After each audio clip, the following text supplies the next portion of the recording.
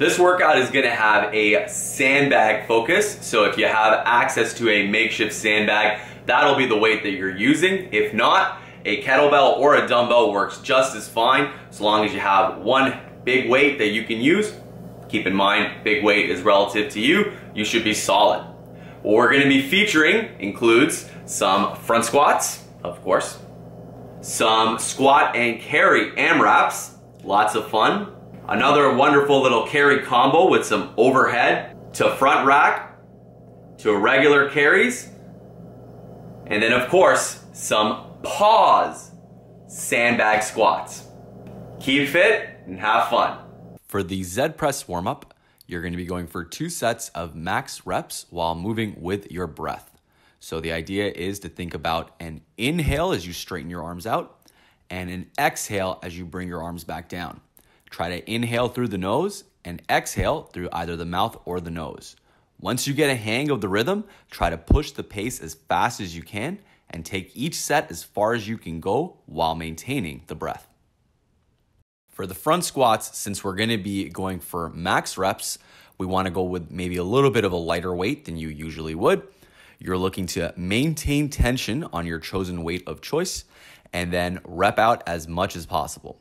When I do these, I like to start off a little bit slower at first, maybe just for the first 2 or 3 reps, just to find my bearings and get the right tension. But once I've got the hang of it, I'll pick up the speed as much as I can. Try to stay smooth as you make your way through the reps. A great idea is to create tension on the bag, as that helps you keep the torso involved and stops you from losing tension or moving with too much of a helter-skelter kind of position. If you don't have a bag, you can also use a dumbbell, which works as a pretty good weight. Just want to create tension on it by holding like so, or a kettlebell, which also works and can hold it in the similar position, but maintain the tension. For the squat and carry combo, the main goal is to not put the weight down. So you start off with your 5 squats, and then you're going to walk your equivalent of 10 to 15 meters. Approximately, it doesn't have to be perfect. Eyeball 10 to 15 meters indoors if you have a small space like I do, and just walk back and forth between it. Every time you finish the distance, you go back to the squat and then repeat the series as many times as you can for the prescribed time. If you don't have a sandbag, makeshift or real, you can use a dumbbell like so.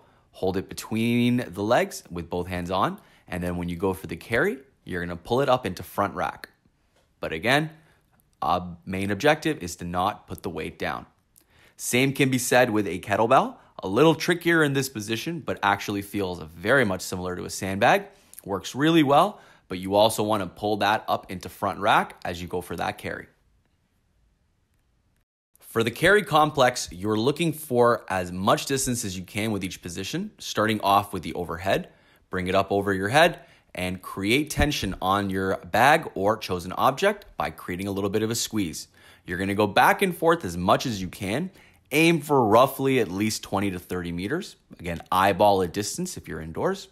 That's going to go right down into the front rack. No rest in between. Maintain that same tension. And again, now look to get the same distance that you got on the overhead carry that came before it, if not a little bit more. That is then going to transition right into the regular sandbag carry or bear carry. And we're looking to maintain that exact same tension as I now continue to move.